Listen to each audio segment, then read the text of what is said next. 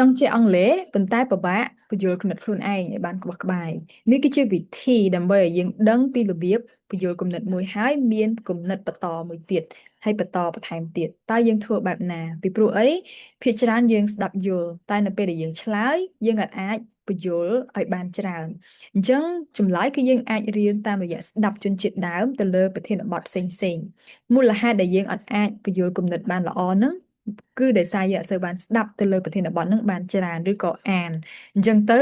យើងគ្រាន់តែយកពាក្យដែលយើងចេះទៅផ្គុំដើម្បីឆ្លើយសំណួរហ្នឹងព្រោះយើងមានគំនិតជាភាសាខ្មែរទៅណាប៉ុន្តែការផ្គុំហ្នឹងគឺវាមានកំហុសពីរដែលយើងអាចបង្កើតឡើងទី1វេយ្យាករណ៍ព្រោះយើងផ្គុំពាក្យខ្លួនឯងទី2គឺស្ដាប់ទៅវាអត់សូវតំណងដូចជនជាតិដើមអញ្ចឹងយើងនិយាយទៅអត់សូវតំណងឯងអញ្ចឹងការដែលស្ដាប់ជនជាតិដើម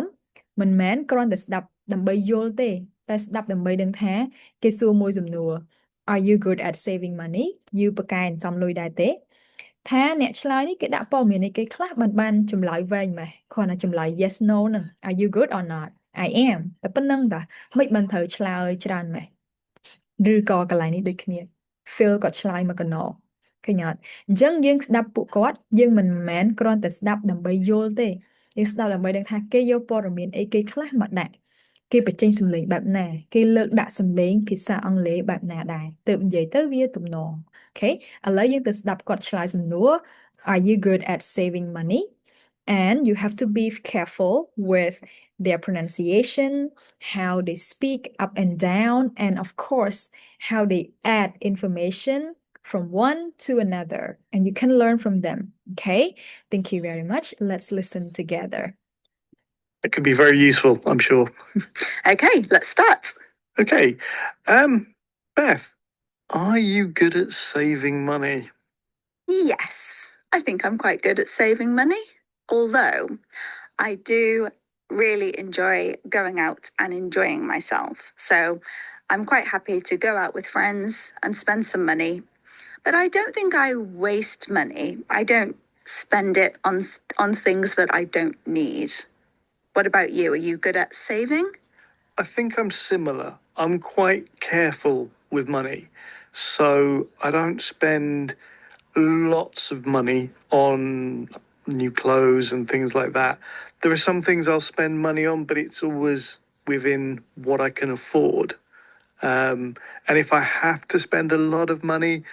I tend to think about it a lot beforehand. I find it quite hard. So yeah, I'm quite careful with money, and that makes it easy to save money. Yeah. Is there anything? Okay, now let's learn how they answer the question, Are you good at saving money? Okay, អញ្ចឹងយើងមើលពីរបៀបដែលគេឆ្លើយសំណួរទាំងអស់គ្នាគេសួរថា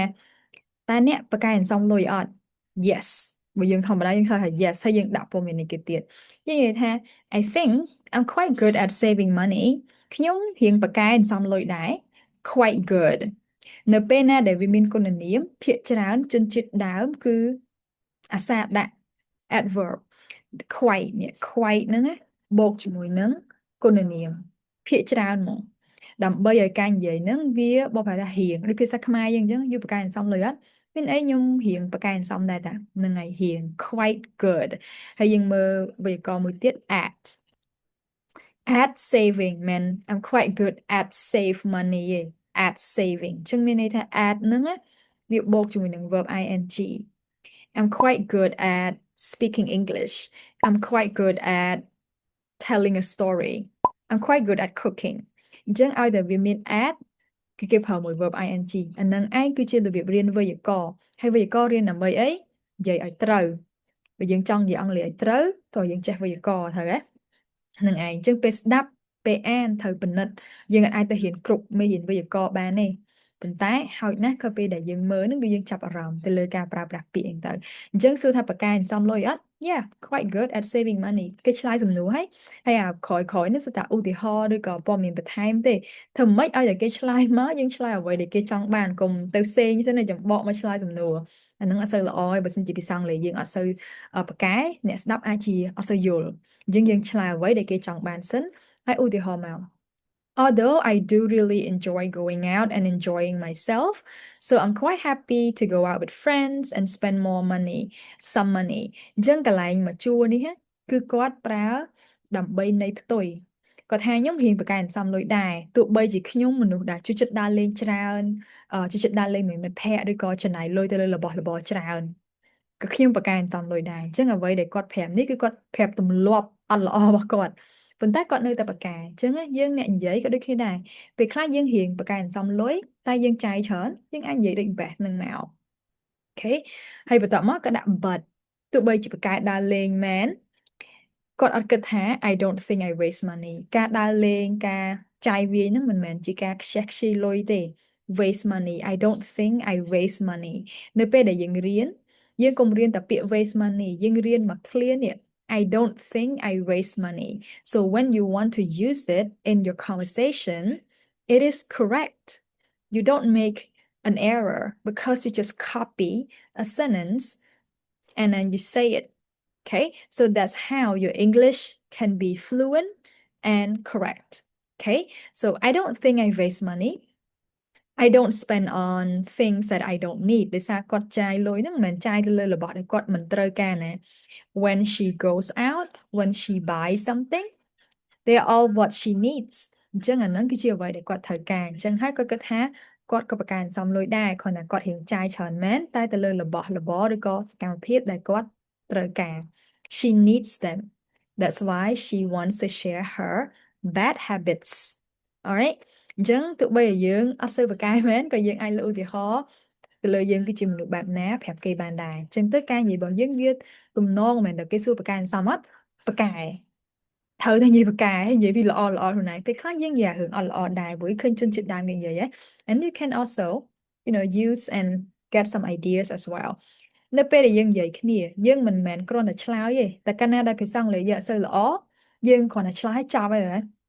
អត់ទេលើកក្រោយទោះបីយើងអត់ហ៊ាននិយាយក៏ដោយយើងត្រូវតែសួរសំណួរទៅគេវិញសំណួរគេសួរអី What about you are you good at saving money and then Phil answers I think I am similar yeah ខ្ញុំគិតថាខ្ញុំស្តៀង best ដែរ I'm quite careful with money ខ្ញុំប្រុងប្រយ័ត្នជាមួយនឹងការចាយលុយគាត់ថាគាត់រៀង similar I'm quite careful ឃើញទេ quite careful មកទៀតឯ quite ហ្នឹងដោយសារតែមានគុណនាមអញ្ចឹងវាច្រើនគេប្រើ quite ខ្ញុំរៀងប្រុងប្រយ័ត្នមួយលុយ